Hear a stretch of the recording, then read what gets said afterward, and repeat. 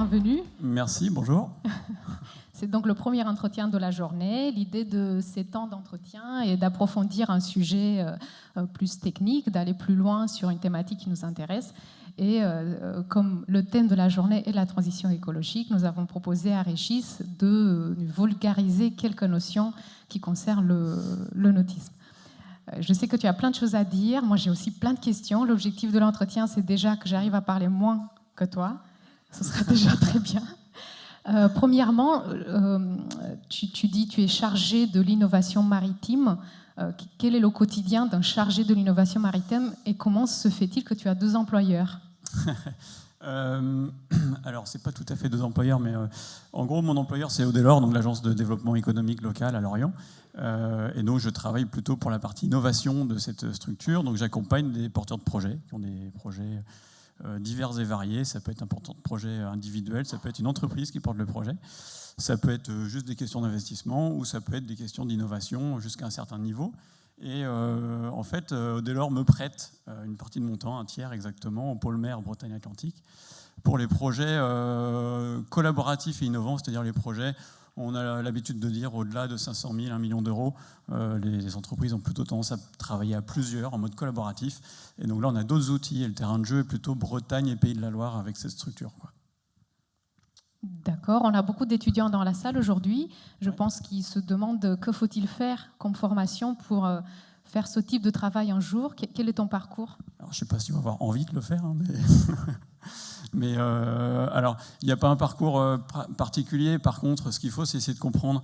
Il faut avoir un certain nombre de connaissances techniques sur des sujets sur lesquels on va travailler, et puis une compréhension du monde économique et politique qu'il y a autour pour essayer de mettre un peu tout ça en musique et de faire correspondre les objectifs et les stratégies. Pour ma part, moi, j'ai fait un DOS matériaux ici à Lorient, d'ailleurs, il y a un petit moment maintenant, et une école de commerce à La Rochelle ensuite, pour avoir une boîte à outils un peu plus étoffée. Voilà. Tu disais tout à l'heure, tu as accompagné des projets, des porteurs de projets dans la sphère du maritime, pas que du nautique, ouais. Mais je pense que tu nous as préparé quelques exemples qui nous concernent, nous, filière nautique. Oui, on s'est dit que ça serait pas mal de parler concrètement un petit peu. Alors, je vous ai mis quelques projets sur lesquels on a travaillé, des projets plutôt locaux. Alors là, c'est la société Bagou, en fait, qui conçoit des bateaux électriques. Et moi, ce que j'ai bien aimé, c'est pour ça que je le mets aujourd'hui ici, c'est que ça fait un moment qu'ils travaillent sur le sujet. Et ils se sont dit, un bateau électrique, oui, mais il faut se poser quelques questions avant. Donc déjà, il a choisi un mode de construction sobre, puisque c'est du contreplaqué époxy, qui a ses inconvénients, hein, comme tout, on va le voir, il n'y a pas de solution miracle. Mais l'avantage, c'est qu'il n'y a pas besoin de fabriquer un moule avant de le construire. Donc un moule, c'est 30% de l'impact d'un bateau si on n'en fait qu'un dedans. Donc c'est assez simple à construire avec des petits moyens, peu d'outillage. Ensuite, il a conçu des bateaux très sobres. Donc il s'est dit, d'abord, on va naviguer à 10 nœuds au lieu de 25, ce qui permet de réduire le parc de batterie, la taille du moteur, la taille du bateau, le poids du bateau. Et tous ces facteurs-là, en fait, il y a un effet, une sorte de spirale positive qui fait qu'on a moins de besoin. Donc d'un coup, de mettre des panneaux photovoltaïques sur le toit, ça devient pertinent. Et là, l'exploitant, c'est une école de plongée. Juste pour l'anecdote, en fait, au lieu de faire le briefing à terre et d'aller très vite sur la zone de plongée, et bien, en fait, les stagiaires arrivent sur le bateau, ils partent en mer, ils font le briefing pendant le trajet à 10 nœuds, tranquille, et ensuite, ils vont plonger sur zone. Donc, il y a un impact sur l'usage. On y reviendra, mais c'est la façon d'utiliser le bateau qui va changer. Et l'exploitant, là, bon, il est en Martinique, ça aide, mais quand je l'ai eu au printemps, il n'avait jamais branché la prise sur le quai du bateau. Alors, il y a des choses beaucoup plus concrètes, très simples. Hein. Une entreprise comme Carnival Nautique, quand elle a été reprise il y a quelques années maintenant, on les a accompagnés sur des investissements. Et là, pour le coup, d'ailleurs, j'ai oublié de mentionner sur le projet d'avant, on utilise beaucoup les dispositifs financiers de la région Bretagne, avec qui on travaille vraiment au quotidien. C'est pas pour faire de la promo particulièrement, mais c'est vraiment, ça marche bien. Et il y a des critères en lien avec la sobriété sur les aides financement. Donc, on est vraiment en pointe là-dessus. Et là, pour le coup, c'est une aide à nouveau de la région Bretagne, mais plutôt sur les investissements, des outils de travail, en fait. Donc là, c'était plutôt des berres hydrauliques, des Manitou, des choses, et vraiment des outils de travail sur lesquels on nous a aidé à financer. Voilà, donc c'est juste en face ici. C'est Elise qui est ici présent, d'ailleurs, qui expose en bas, qui conçoit des vêtements techniques pour femmes, pour le bateau, donc avec des produits moins impactants, avec un design adapté. Voilà. Et donc là, c'est plutôt une aide à l'émergence de projets, donc avec des petites aides qui permettent de passer les premières marches dans le parcours d'entrepreneuriat. Et là, je vous parlais tout à l'heure du pôle mer. Là, c'est plutôt un projet d'envergure un peu plus importante. C'est une entreprise locale qui s'appelle Aéroforce et qui développe une aile de propulsion pour le transport à la voile. Voilà, et qui, là, on est à Kerguelen, d'ailleurs, au centre nautique de Kerguelen, tout proche. Ils sont en train de tester le démonstrateur à échelle, je ne sais plus, c'est un quart, un truc comme ça. Voilà, donc là on est sur des budgets beaucoup plus importants que les autres, avec des financements qui vont être un peu plus complexes, quoi. Merci pour ces exemples et bientôt peut-être tu vas accompagner un autre projet innovant, c'est Nautic-Lib. Certaines personnes ici dans la salle savent qu'on est en train de concocter ça. On a déjà 5 candidats pour l'appel à projet entreprise qui sont maintenant en phase de préparation et peut-être qu'il y aura au moins l'un de ces 5 candidats qui souhaitera installer ce dispositif de mise en libre service de support nautique sur le territoire du pays de l'Orient. J'espère. En tout cas, ils seront bien accompagnés. Probablement. En tout cas, ouais, ce qu'il faut savoir, c'est que la technopole pour laquelle je travaille, il y en a 7 en Bretagne. Donc il y a toujours une technopole disponible pour un porteur de projet en Bretagne. Voilà. Donc il y a plusieurs Régis Guillon en Bretagne. Ouais, il y en a au moins 7. C'est ça, on est clonés. Ouais. Ça tombe bien. Moi aussi, j'ai présenté des slides. On est dans le recyclage. Je recycle aussi les slides de l'année dernière. Tout ça pour vous dire que ces entreprises dont vient parler Régis font pour nous partie, pour nous, Région Bretagne, partie de ce secteur industrie, commerce, services. Les collègues qui organisent des événements qui sont dans la salle, l'Ultime Sailing, la Route du Rhum, Défi Azimut, vous faites aussi partie de ce secteur du point de vue statistique pour nous. C'était juste une parenthèse. Il y a un deuxième sous-secteur qu'on intègre dans la grande famille de la filière nautique, c'est celui des gestionnaires de ports de plaisance. Donc à la fois des ports de plaisance, c'est la prochaine slide, des ports de plaisance sur le littoral, mais aussi à l'intérieur de la Bretagne. On a 17 sites portuaires fluviaux qu'on traite également et qui seront aussi pris en compte dans nos chiffres clés. Il y a un troisième, voire quatrième sous-secteur de la filière nautique, ce sont les prestataires nautiques. On les a appelés prestataires, mais derrière ce terme, il y a bien sûr tous les centres nautiques, pôles nautiques, bases nautiques, qu'ils soient sur le littoral ou à l'intérieur de la Bretagne, et qui, aussi spécificité bretonne, ont un modèle socio-éducatif très intéressant qui leur permettent de fonctionner à l'année, donc de maintenir tous ces emplois à l'année. Donc nous, à la région Bretagne, on appelle tout ce beau monde la filière nautique. Est-ce que vous, au pôle mer ou à l'Au-Delort, vous réfléchissez aussi en termes de filière, ou est-ce que ce sont pour vous des 4 sous-secteurs indépendants sans forcément de lien Si, bien sûr, on raisonne en termes de filière, mais effectivement, moi, depuis quelques années que je fais ce métier, je trouve qu'il y a beaucoup plus de passerelles entre les filières, là où avant on raisonnait un peu en silo. Et le nautisme était souvent sous-dimensionné, un peu un peu isolé, moins structuré. Je trouve qu'aujourd'hui, il y a beaucoup de passerelles qui se font, notamment, on a parlé de course au large tout à l'heure, on parle un peu de transport maritime décarboné. Il y a beaucoup de compétences qui sont transversales, finalement, quand on fait de l'électronique, quand on fait du composite, quand on fait des grandes structures métalliques. Voilà, on a besoin de croiser les compétences, et du coup... sur les études qu'on a pu faire, on s'est rendu compte qu'il y a peu d'entreprises qui sont monofilières, en fait, qui travaillent que pour le nautisme ou que pour la course au large. Course au large à Lorient, récemment, on a refait une étude, c'est moins de 6% des entreprises qui font qu'une seule filière. C'est plutôt une bonne chose, mais effectivement, un moteur diesel, c'est le même dans un... Voilà, c'est peut-être pas le bon exemple aujourd'hui, mais voilà, c'est les mêmes compétences pour un IMOCA, un bateau de plaisance ou un bateau de pêche, quoi. Donc des passerelles à travailler, à continuer à travailler entre ces sous-secteurs, et avec un grand enjeu sur la formation, le transfert de compétences. Exactement, ouais. Pérennité des entreprises, formation, emploi, dynamique du territoire, et voilà, et surtout encaisser un peu les variations, puisqu'on sait que voilà, des chocs, on en a eu, on en aura d'autres, et que d'avoir le plus de passerelles et de collaboration possible permet aux entreprises de mieux survivre, quoi. j'arrive au sujet de notre entretien. Enfin, c'était la transition écologique dans le nautisme. Au moment où nous avons commencé à préparer cet entretien, on était au mois de septembre, le mois de septembre le plus chaud de l'histoire de la France. Le rapport du GIEC le dit, Simon l'a rappelé aussi en préambule, s'il n'y a pas de mesures drastiques de prise, on s'oriente assez fortement, directement vers ce plus 3,2 degrés, avec des conséquences importantes sur l'économie, sur la vie, tout simplement, sur cette planète, sur nos activités. Mais le rapport du GIEC dit qu'il y a aussi des solutions, qu'on est capable de diviser par 2 les émissions de gaz à effet de serre des secteurs industriels. La question que je te pose est assez compliquée. Par quoi faut-il commencer quand il s'agit du secteur nautique ? Ouais, c'est une très bonne question.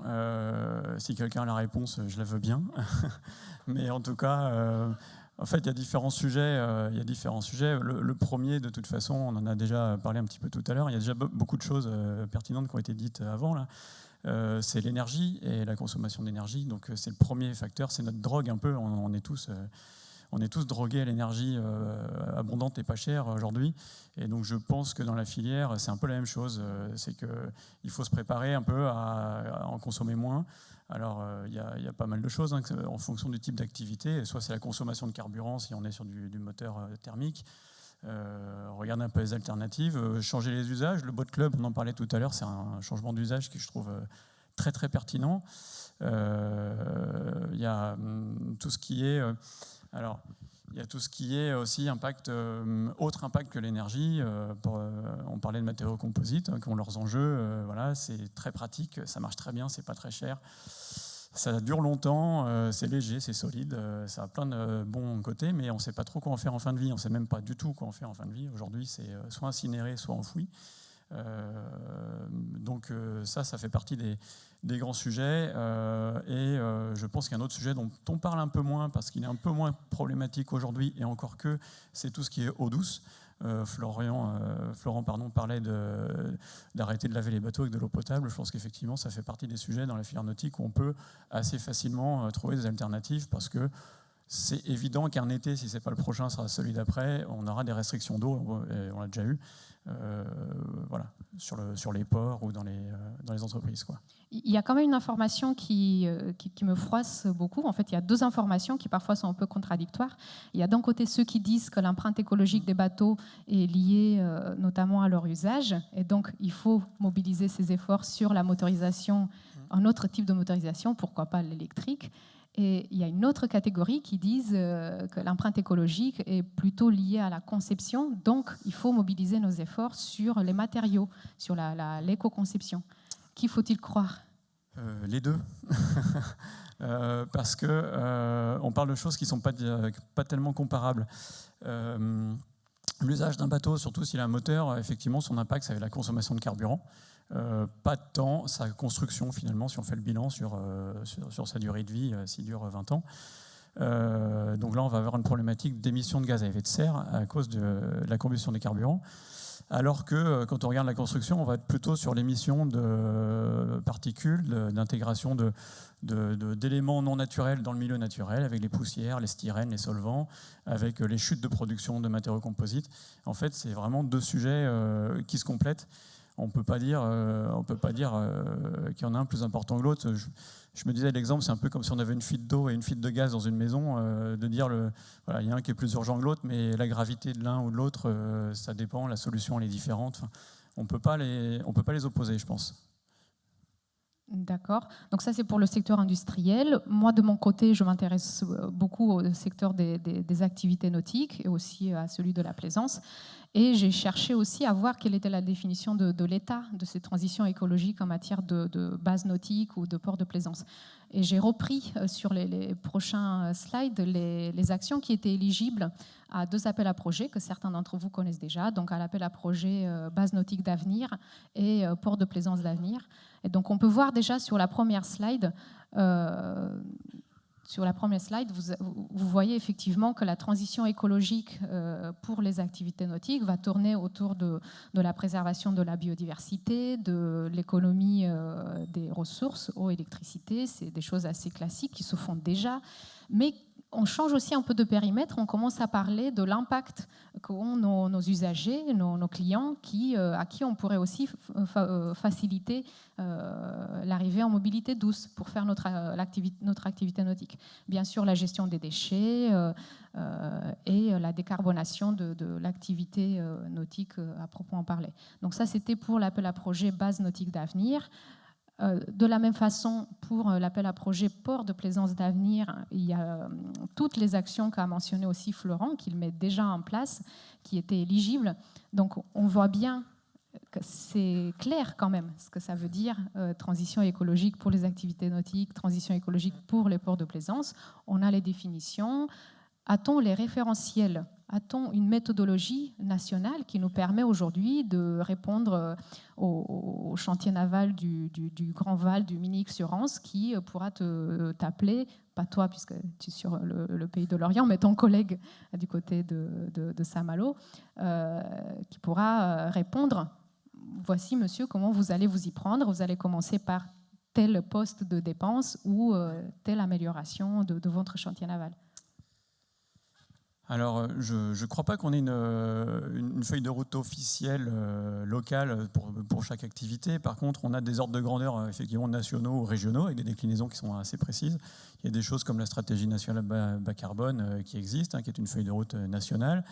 Il y a des choses comme le plan de transformation de l'économie française par le Shift Project, par exemple, qui donne des pistes très très concrètes pour calquer la stratégie, en tout cas la réduction des gaz à effet de serre et les accords de Paris sur chaque filière. Donc c'est assez concret et je pense qu'on peut assez facilement décliner localement sur des entreprises.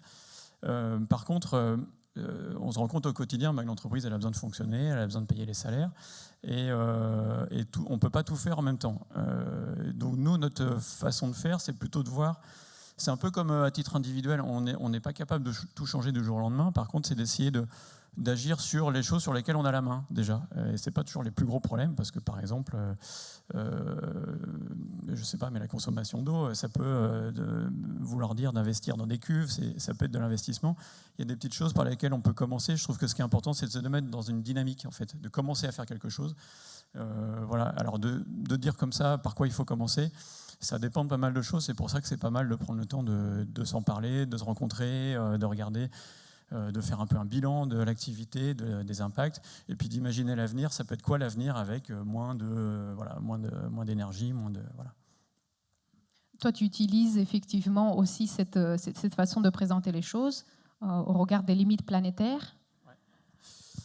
Oui, effectivement, c'est un peu ce qu'on disait tout à l'heure. Là. Est-ce que c'est l'impact de la construction ou l'impact de l'usage qui est important? En fait, finalement, quoi qu'on fasse dans notre petit monde, on agit à peu près sur 9 facteurs. Pour ceux qui ne connaissent pas, c'est la limite planétaire. Et donc voilà, ce qui est en orange, c'est ce qu'on a déjà dépassé, ce que la planète est capable de nous fournir. Et donc, effectivement, c'est un peu comme tout à l'heure, on parlait de passer de la propulsion thermique à la propulsion électrique. Pour moi, ce n'est pas forcément une solution, c'est un problème différent. C'est-à-dire qu'on va agir sur d'autres facteurs. On va émettre moins de CO2 à l'usage, par contre, on va émettre plus de CO2 et plus de polluants à la construction des batteries, du moteur et de tous les systèmes qui vont permettre d'amener l'électricité, produire l'énergie primaire et amener l'électricité jusqu'au chargeur du bateau, quoi. Donc là, par exemple, sur le cycle de l'eau douce, on n'est pas encore arrivé aux limites. Non, donc on peut encore sauver des choses.